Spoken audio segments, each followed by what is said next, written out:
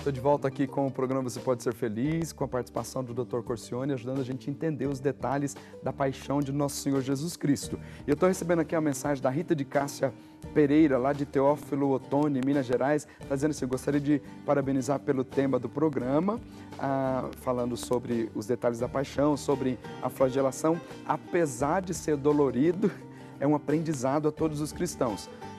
É sempre cenas, mesmo que a gente não tivesse as cenas, fosse só aqui no discurso e mostrando os instrumentos aqui, já seria forte, muito forte mesmo para nós. No bloco anterior, a gente estava falando dos detalhes aqui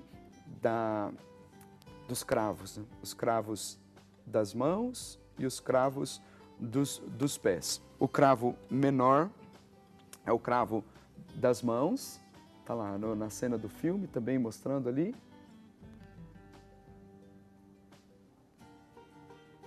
E é exatamente esse detalhe aí que a gente quer mostrar. O detalhe do cravo dos pés.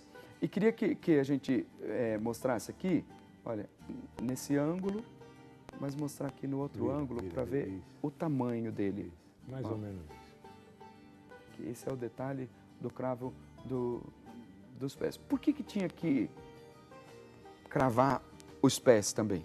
Na realidade, eles nem precisariam cravar os pés. Cravavam as mãos, punham o crucificado pendurado. Como morre um crucificado? O crucificado, estando pendurado, a gente vê o atleta que faz barra, ou a pessoa que faz barra, ele precisa puxar na barra para poder soltar o ar, respirar outra vez. Se estiver pendurado, você não consegue respirar. O teu diafragma fecha.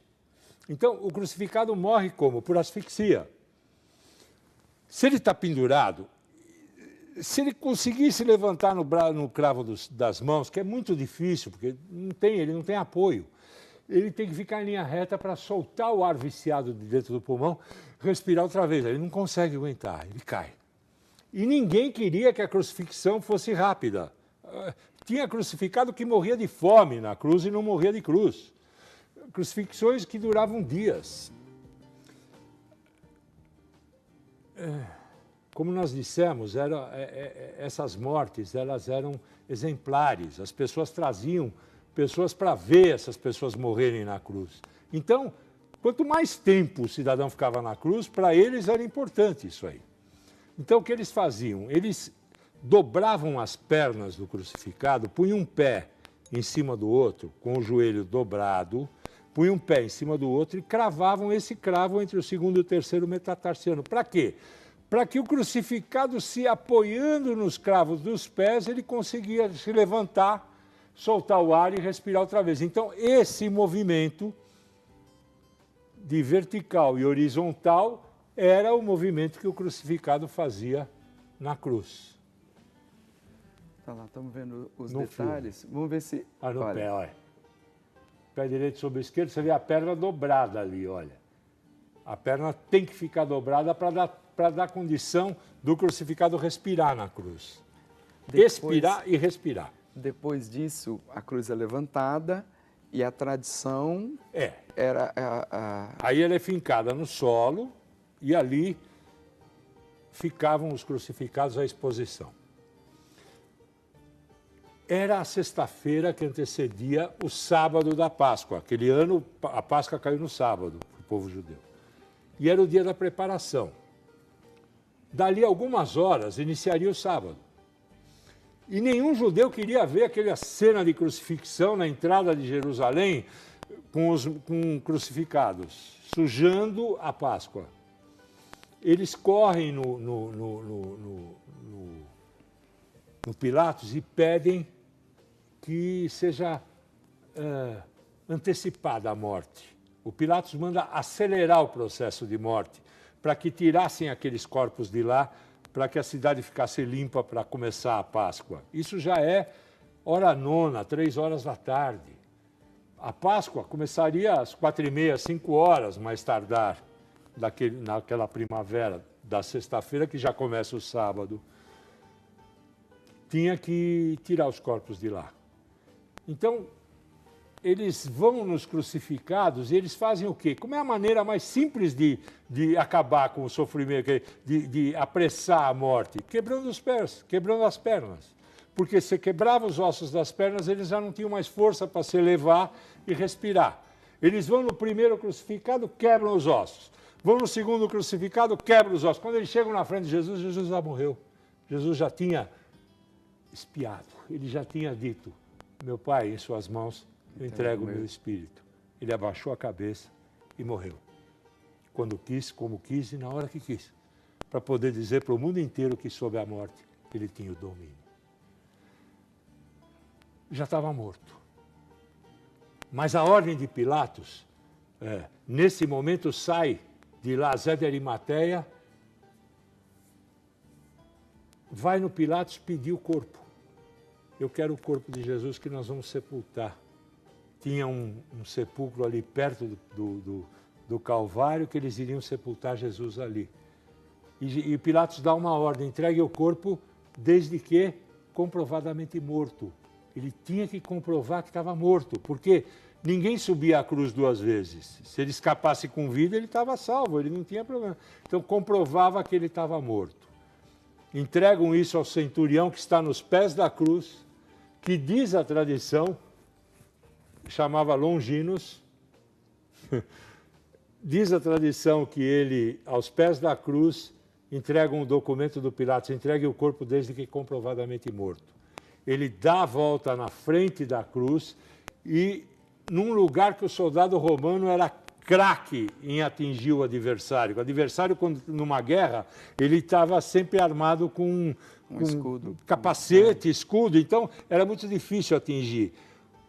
O soldado romano treinado para isso, ele sabia que quando o adversário levantasse a lança, ele entrando por debaixo da lança pelo lado direito, entre a quinta e a sexta costela, ele atravessava o pulmão e pegava o coração do cara e matava o cara. E era fatal. Então, o soldado romano Longinos, que depois a tradição mineira colocou ele como São Longuinho, Longinos surgiu São Longuinho, ele dá a volta na frente da cruz, vai pelo lado direito de Jesus, pelo flanco direito, ele atravessa o pulmão e atinge o coração. E é por isso que diz que jorrou sangue e água. Sangue e água. A água que o Joãozinho viu é líquido pericardial, é pleura. O pulmão estava repleto daquele líquido pericardial pelo sofrimento do crucificado. Então, quando ele perfura o pulmão, ele traz a pleura, o líquido pericardial, e traz o coração também. Traz o sangue também. Dali jorrou sangue e água. Pelo lado direito. A chaga do coração é do lado direito. Então, se quisermos passar... Não, a gente pode dar uma olhadinha agora no sudário. E aí, primeiro dizer o seguinte, tem duas partes aqui, vamos tentar mostrar com... Como a gente viu no começo, o sudário lá em Turim é uma peça só, de 4,36 m de comprimento por 1,10 m de largura, e ela não é tão nítida quanto as nossas cópias. Nossas cópias são nítidas propositalmente para que a gente possa falar sobre ela. Lá em Turim ela é um pouco mais opaca, mas quem está de frente a ela, numa distância de 2 metros, vê perfeitamente como a gente está vendo aqui as marcas da paixão. E aqui está em duas partes para ser uma questão mais didática. Mais didático, né, para a gente poder explicar. O senhor podia mostrar para nós, então, lá, aquilo que nós falamos aqui, mostrando os instrumentos, tudo mostrar onde está marcado no... Então, eu começaria pelo flagros, pelo instrumento da flagelação. Jesus provavelmente estava amarrado a um pelourinho quando ele foi flagelado. Então, a maior parte do flagros é na parte posterior do sudário, nas costas do sudário. Nós temos uma imagem de frente e de costas.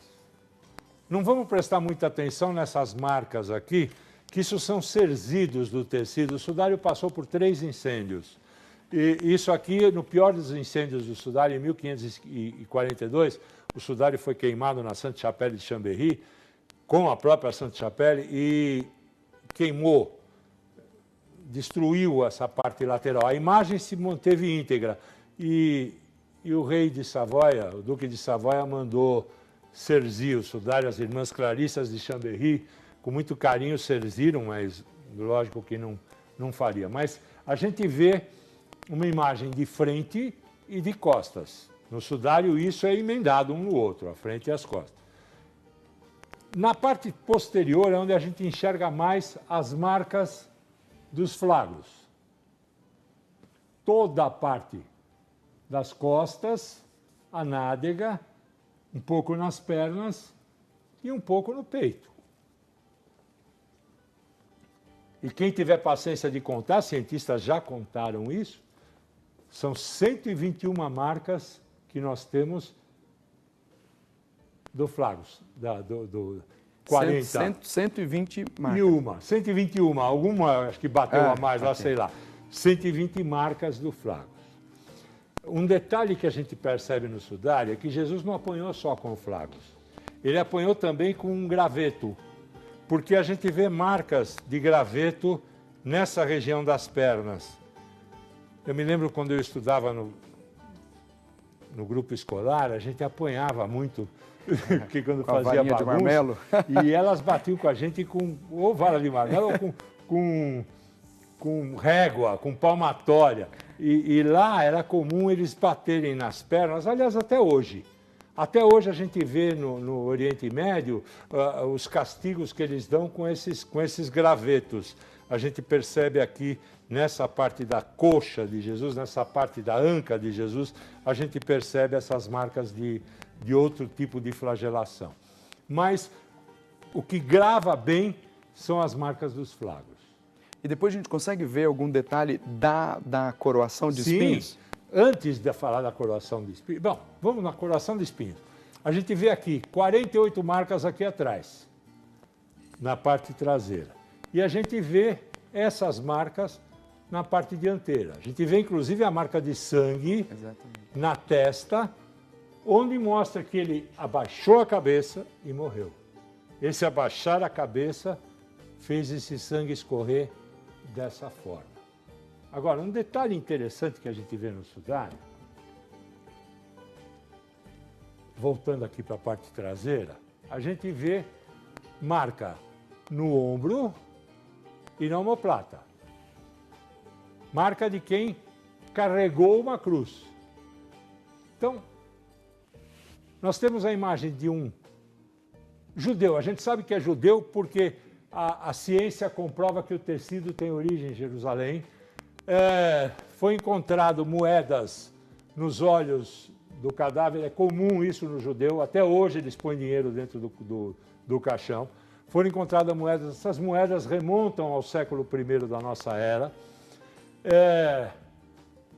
Nós temos a imagem de um judeu que foi flagelado, carregou uma cruz, foi crucificado, as marcas da crucifixão nas mãos e nos pés. Detalhe, as mãos não têm polegares. Que é Os polegares estão contraídos na palma da mão. Então eu tenho a imagem de um judeu muito interessante. Se nós olharmos, ele tem a barba em ponta. Ele era um rabino. Um outro detalhe muito bonito do sudário, se você perceber o cabelo dele atrás, ele era preso em rabo de cavalo. Até hoje, em Israel, um povo usa rabo de cavalo comumente. É o galileu. Então eu tenho a imagem de um judeu, rabino, galileu, que foi flagelado, carregou uma cruz e foi crucificado. Ele esteve na cruz. Quando ele estava nessa posição, o sangue escorria na vertical. Quando ele se levantava para poder respirar, o sangue escorria na horizontal. Então nós temos a imagem de um judeu, rabino galileu, que foi flagelado, carregou uma cruz, foi flagelado, foi crucificado, esteve na cruz. Morreu de cruz. Olha o peito inflado. Morre por asfixia. Aliás, há quem diga que ele passa por um processo de tetania antes de morrer de asfixia. Tetania não é tétano, tetania são câimbras. Ele jogou tanto sangue, ele perdeu tanto sangue, ele perdeu tanto líquido, que ele começou a sentir contrações. Câimbras. Câimbras que o impossibilitavam de se levantar nos cravos e poder respirar. Dessa maneira, ele entrega o seu espírito. Como quis, quando quis e na hora que quis. E aqui dá para a gente ver a marca da comprovação da morte, porque quando o José de Arimateia vai pedir o corpo, tem que estar comprovado que está morto. Entregue o corpo desde que comprovadamente morto. Então, ele morre por asfixia e aqui, pelo lado direito, isso é importante ver. O sudário que é lado direito, isso não é uma imagem de espelho. Aliás, ela é uma imagem impressa, carimbada. Então, a gente vê a chaga do coração colocada no lado direito. Por aqui entrou a lança que atravessou o pulmão e foi pegar o coração. Quando ele tira a lança, daqui saiu sangue e água. Quer dizer, a imagem de Jesus crucificado não é uma imagem bonita, né? Não, ela é uma imagem de dor. Porque do jeito que a gente vê, que foi colocado para nós, nas nossas igrejas, geralmente é sempre uma imagem bonita. Artística. Uma imagem artística, bonita, e que as pessoas olham para o crucificado e falam, nossa, que lindo. As pessoas geralmente usam essa expressão. No entanto, não há beleza. Ele está a Sagrada Escritura já diz isso, não havia beleza nele, ele estava desfigurado, porque é uma marca para dizer dos nossos pecados sobre ele. E também, eu fico imaginando, aqui, olhando, não sei se dá para saber disso, pelo sudário, mas eu fico imaginando preso à cruz, você não tem como espantar mosca, nem aves de rapina, nem nada. Imagine e ninguém está preocupado com isso. Como é que fica no alto de um monte, onde está vulnerável tudo? Porque a gente sabe assim que um pouquinho de sangue que escorre do nosso dedo, de algum ferimento, rapidamente já começa a aparecer, do nada parece mosquito, Então, a gente imagina que o Alto do Gólgota era um matadouro público. Era um matadouro. Aquilo ali, aquelas moscas verdes varejeiras nojentas, elas posavam nas feridas dos crucificados. E como é que ele ia fazer? Ele estava cravado numa cruz, ele não tinha como se movimentar. Foi terrível esse sofrimento, esse resgate foi muito caro. Eu não sei se eu mereço tudo isso. A Sagrada Escritura diz, São Pedro diz, né? Não foi por ouro nem prata que nós somos resgatados, mas foi pelo sangue precioso de Jesus, o sangue que é o preço da nossa salvação. Nós estamos vendo ali no filme ainda mais alguns detalhes da crucificação e que você está vendo nos detalhes aqui do Santo Sudário. Porque daqui a pouquinho a gente quer falar sobre o momento, o ápice da história da salvação. Isso, que nós estamos vendo o sofrimento, as dores de Jesus, o preço que ele pagou para que nós fôssemos resgatados das nossas dores, dos nossos pecados. Eu tenho certeza que tudo isso que você está vendo aqui, tanto pelas palavras do Dr. Corcione, mas também aqui pelos instrumentos que foram mostrados, pelos detalhes do Santo Sudário, tenho certeza que traz para você uma dimensão melhor de viver a paixão de Nosso Senhor. Talvez até para você que já foi lá em Jerusalém, já fez a Via Sacra subindo ali por aquelas ladeiras estreitas. Quando eu vejo essa história toda, esses detalhes, eu fico lembrando da vez que eu tive a oportunidade de ir lá em Jerusalém, naquele lugar onde está determinado, que é o Calvário, que você coloca a mão ali no lugar onde a cruz esteve fixada. Depois desce no lugar onde onde o corpo de Jesus foi embalsamado, para depois ser levado para a sepultura. É algo que faz a gente viver com mais intensidade a Semana Santa, esse mistério tão grande para nós que o Dr. Corcione já acabou dizendo, será que eu sou digno disso? Será que a gente vale tanto isso? Mas no centro da obra da salvação está o ser humano. Ele assumiu a nossa humanidade com o objetivo de nos salvar. Nós vamos dar uma pausa aqui. Quando a gente voltar, o Dr. Corcione vai falar do ápice desse santo sacrifício, do preço que foi pago para a nossa salvação e mostrar aqui a partir do Santo Sudário, que é a ressurreição de nosso Senhor Jesus Cristo. Eu vou para o intervalo rapidinho, daqui a pouquinho eu volto.